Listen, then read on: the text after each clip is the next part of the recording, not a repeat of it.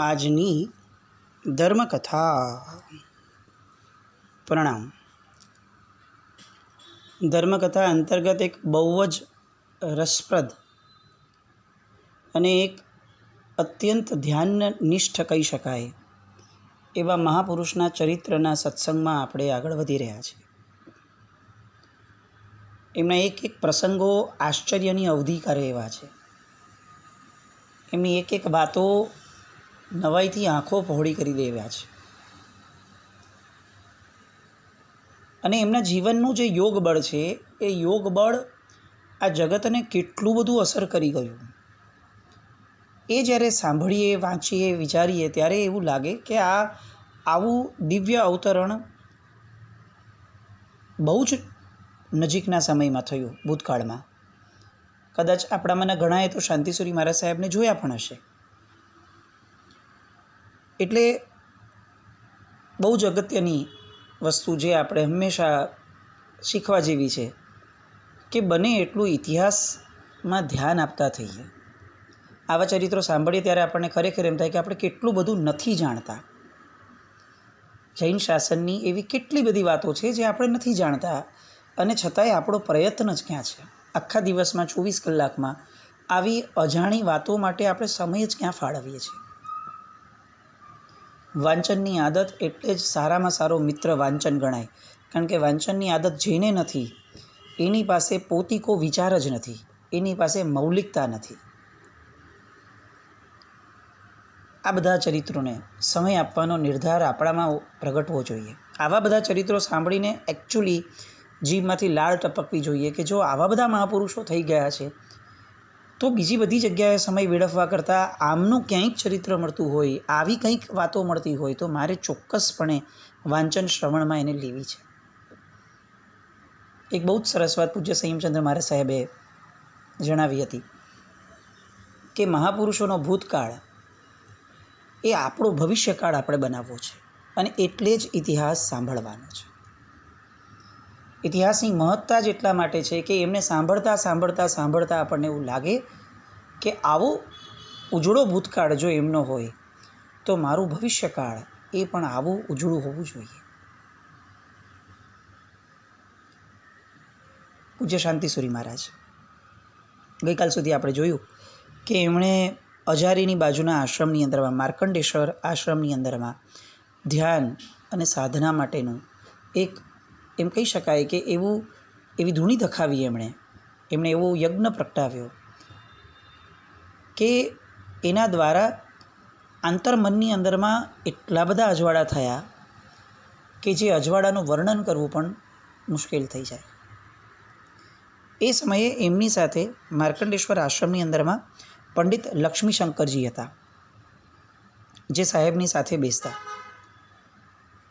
એમણે એવું વર્ણન કર્યું છે કે લગભગ 5 વર્ષ સુધી સાહેબ ત્યાં રહ્યા, અને એ 5 વર્ષની અંદરમાં અધિકાંશ સમય માટે પૂજ્યશ્રી મૌનમાં હતા. અને 5 વર્ષમાં એમણે કર્યું શું તો કે આજુબાજુની કોઈક ગુફાઓમાં જાય, અંદર બેસી જાય, જ્યાં જ્યાં પર્વતો આવે ત્યાં બપોરના સમયે શિખર ઉપર બેસવા વયા જાય, ત્યાં સાધના કરે. લગભગ પ્રાય આખા દિવસની અંદરમાં 5 કલાકથી વધારે ઊંઘ નહોતા લેતા. આ 5 વર્ષનો એમનો અનુભવ હતો જે લક્ષ્મીશંકરજી વર્ણવતા હતા. 5 કલાકથી અધિક નિદ્રા નહોતા લેતા. રાત્રિના સમયે જાગી જતા, અને જાગી અને બ્રહ્મ મુહૂર્તની આસપાસના પહેલાંના સમયમાં જાગી અને સાધનામાં લાગી પડતા. અને એટલી બધી સરસ્વતી માતાની સાધનામાં એ ઓતપ્રોત થઈ જતા કે આપણને ખરેખર એવું લાગે કે આ વ્યક્તિ સ્વયં સરસ્વતીમય થઈ ગયા છે. એમના મુખના મનોભાવોથી ખ્યાલ આવી જાય કે એમને કંઈક દિવ્યતા પ્રાપ્ત થઈ છે. એટલે જે એમને સેવા કરવાનો જેટલો પણ અવસર મળતો હતો એ અવસરના કારણે એ પોતાની ધન્યતા અનુભવતા હતા. હવે રહી વાત કેટલાક આપણી દૃષ્ટિએ જેને ચમત્કાર કહી શકાય અને અનુભૂતિ સિદ્ધ વ્યક્તિઓ માટે જે સહજતા કહી શકાય એવા પ્રસંગો, એવી વાતોની.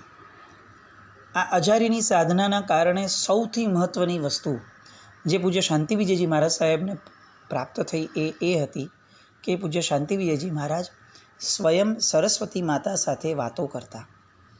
આ પંડિત લક્ષ્મી શંકરજીએ પોતાની આંખેથી જોયેલી વાતો કે એ જ્યારે સાહેબ બેસતા યોગ મુદ્રામાં અને સામે ધૂપ પ્રગટાવતા તો ધૂપની જે સરો નીકળતી હતી, જે એ ધુમાડા જેવું, એમાં સરસ્વતી માતા પ્રગટ થતા. આ લક્ષ્મીશંકરજી પોતે જોઈ શક્યા હતા અને પૂજ્ય શાંતિ વિજયજી મહારાજ એમની સાથે રીતસર વાતચીતો કરતા. જવાબ એમને ન સંભળાતા લક્ષ્મીશંકરજીને, પણ શાંતિ વિજયજી મહારાજ સાહેબ જે પૂછતા એ પછી એ તૃપ્ત થતા. એનો અર્થ કે એ લોકોની વાતચીતો એ પૂર્ણપણે એકબીજા પૂરતી સીમિત રહેતી અને આગળ વધતી હતી.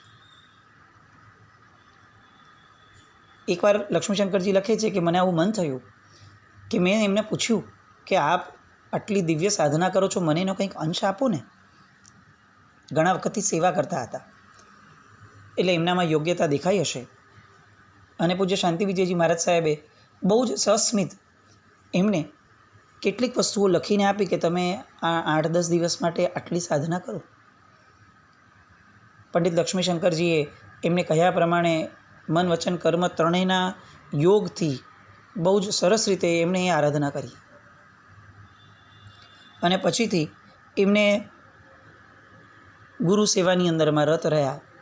આ પંડિત લક્ષ્મીશંકરજી લખે છે કે મને 8 જ દિવસની અંદરમાં ગીતા અને બીજા જે અન્ય શાસ્ત્રો છે એના હજારો શ્લોકો મને કંઠસ્થ થઈ ગયા આ ગુરુદેવના પ્રભાવથી. વર્ષો સુધી જે પોતે પોતાના ધર્મનું શાસ્ત્રનું અધ્યયન કરતા હતા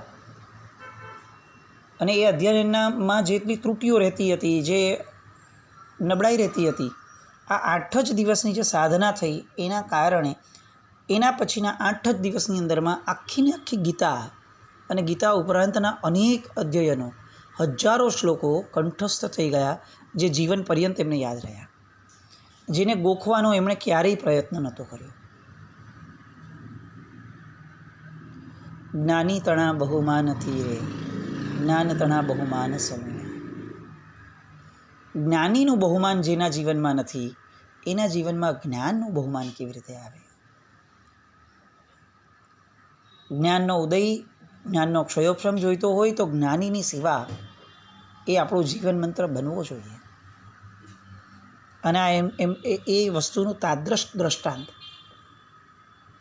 બીજો અનુભવ પૂજ્ય પંડિત લક્ષ્મીશંકરજી લખે છે કે પૂજ્ય ગુરુદેવને એટલે કે મુનિરાજ શાંતિ વિજયજી મહારાજને વગર ભણીએ અનેક ભાષાઓ આવડી ગઈ. એમણે ત્યાં કંઈ ભણવાનો પ્રયત્ન નથી કર્યો, કોઈ ટ્યુટરને નથી બોલાવ્યા કે ચાલો મારે આ ભાષા શીખવી છે, આ ભાષા શીખવી છે, અને કોઈ પુસ્તક નથી જોયા. અને તેમ છતાં સરસ્વતી માની એવી કૃપા કે એમને બહુ જ મોટા પ્રમાણમાં વિદેશી ભાષાઓ એમને એમ જ આવડી ગઈ. એમને એમ જ એટલે એબ્સોલ્યુટલી એમને એમ આવડી ગઈ. આનું દ્રષ્ટાંત પણ એ આપે છે કે એક વખત એમની વિખ્યાતિ સાંભળી અને કેટલાક જર્મન લોકો એ પૂજ્ય મહારાજ પાસે પ્રશ્નોત્તરી કરવા માટે આવ્યા હતા. અને એ લોકો સાહેબ પાસેથી કેટલુંક સાંભળવા માટે બેઠા હતા, તો પ્રશ્નો એમણે અંગ્રેજીમાં કર્યા. હવે આ રાજસ્થાનના ગામડામાં જન્મેલા અને એક પણ ચોપડી નથી ભણ્યા, સ્કૂલનું મોઢું જ એમણે જોયું નથી. આપણે એમના ચરિત્રમાં જોયું કે 8 વર્ષની ઉંમરે તો એ પૂજ્ય ગુરુ ભગવાન સાથે નીકળી પડ્યા હતા તીર્થવિજયજી મહારાજ સાહેબ સાથે. જેમણે સ્કૂલ જોઈ નથી એવા વ્યક્તિ કડકડાટ અંગ્રેજીની અંદરમાં સામાને સ્તબ્ધ કરી દે એવા અંગ્રેજીની અંદરમાં એમને જવાબ આપતા હતા. હવે એ જર્મન લોકોએ પૂજ્યશ્રી પાસેથી જે જવાબો મેળવ્યા એના કંઈક વિશેષ સમજણ માટેની એ લોકો અંદરો અંદર પોતાની માતૃભાષાની અંદરમાં ચર્ચા કરતા હતા, જર્મન લેંગ્વેજમાં. એ ચર્ચા કરવા સમયે જે ભાઈ બોલતા હતા, સાહેબજીએ જે કીધું એ બાબતમાં, એમાં એમણે કંઈક ભૂલ કરી. એ લોકો અંદર અંદર જ વાતો કરતા હતા, સાહેબ હારે નહોતા વાત કરતા. એમાં એમણે કંઈક અંશે કંઈક અલગ રીતે, અલગ પ્રકારે મૂક્યું. તો આ પંડિત લક્ષ્મીશંકરજી લખે છે કે એ સમયે પૂજ્ય શાંતિ વિજયજી મહારાજ એ જર્મન લેંગ્વેજની અંદરમાં એમની એ ભૂલ બતાવે છે. પેલા જર્મન લોકો તો શું રિસ્પોન્સ આપવો એ પણ સમજી ન શક્યા.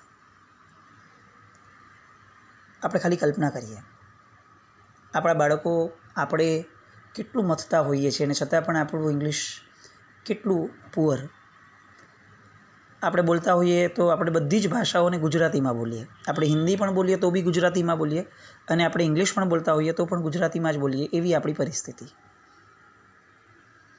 જ્ઞાનના ક્ષયોક્ષમ માટે આપણે કેટલું કરીએ છીએ. આ શાંતિ વિજયજી મહારાજ સાહેબનું બહુમાન, શાંતિ વિજયજી મહારાજ સાહેબ પ્રત્યેનો અહોભાવ એ આપણા જ્ઞાનના ક્ષયોક્ષમને કેટલો બધો વધારી શકે. જો સરસ્વતી માતાની આરાધનાથી એમના જીવનની અંદરમાં વગર ભણીએ એમને આટલી બધી વિદ્યાઓ, આટલી બધી ભાષાઓ આવડી ગઈ, તો એનો અર્થ એ ચોક્કસ છે કે એ દિવ્ય પુરુષની એ અનુભૂતિઓ, એની આરાધના એ ચોક્કસપણે આપણા જ્ઞાનના ક્ષયોક્ષમને તો બહુ જ આગળ વધારી શકે. આવા તો અનેક પ્રસંગો આ પંડિત લક્ષ્મીશંકરજીએ એ સમયના જે 5 વર્ષના હતા એ 5 વર્ષના અનુભવો એમણે લખ્યા હતા. ત્યાંથી સાહેબ વિહાર કરી અને પછીથી વિક્રમ સંવત 1990માં બામણવાડાથી કેસરિયાજી તીર્થ જતા હતા. આબુ ગયા હતા પહેલાં. હવે આ બામણવાડાથી કેસરિયાજી જતા હતા ત્યાં એમણે 1992નું ચાતુર્માસ પણ બામણવાડાજીમાં સાહેબે કર્યું હતું. પેરિસના KP માર્ક્સ રાયવીર એ ત્યાં દર્શન માટે આવ્યા હતા સાહેબના.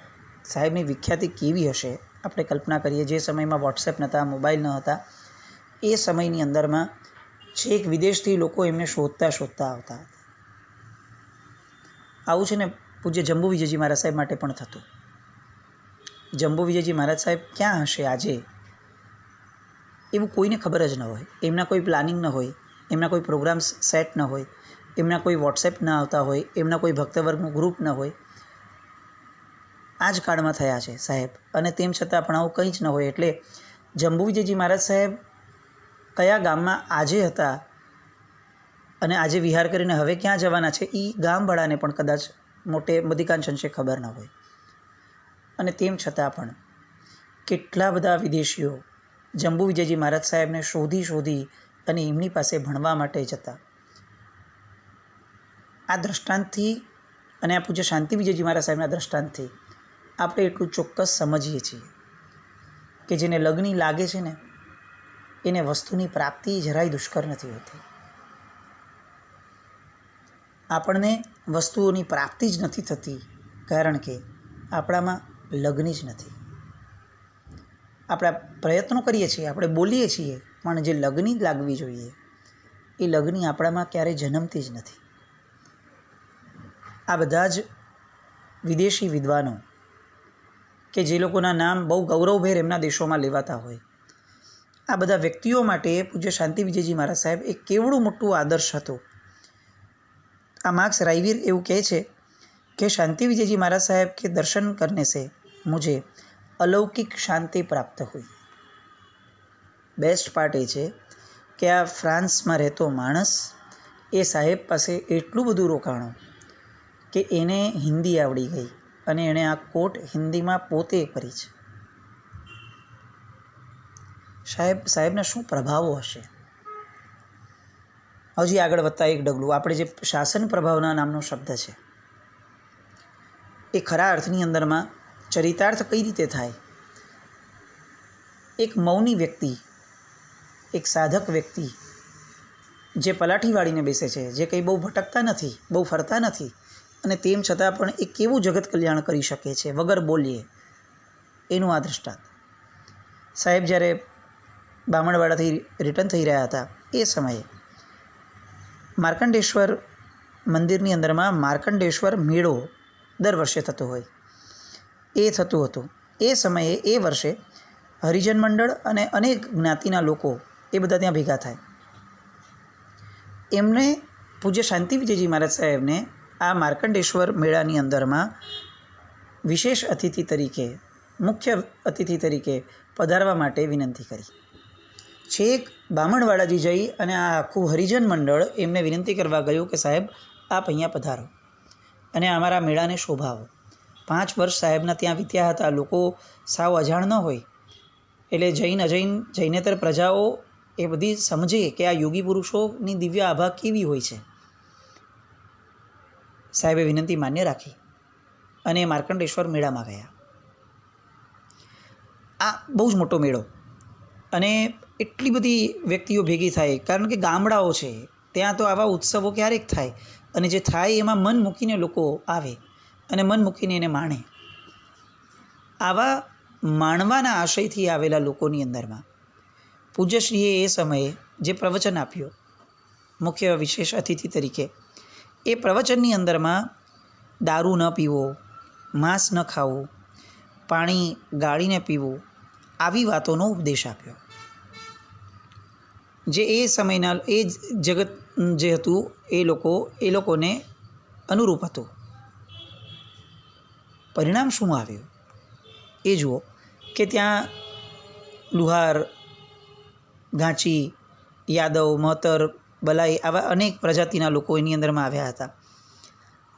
હવે સાહેબે તો પ્રેરણા કરી સ્વાભાવિક રીતે, સાધુ ભગવાન છે એનું તો કામ છે આ, પણ એમનો પ્રભાવ એટલો બધો પડ્યો કે ગામના જે આ બધા ગામો જે ભેગા થયા હતા એ ગામોની પંચાયત એક બેસે, એના જે વડીલો હોય સમાજના અને ગામના, એ બધા પણ ત્યાં હાજર હતા.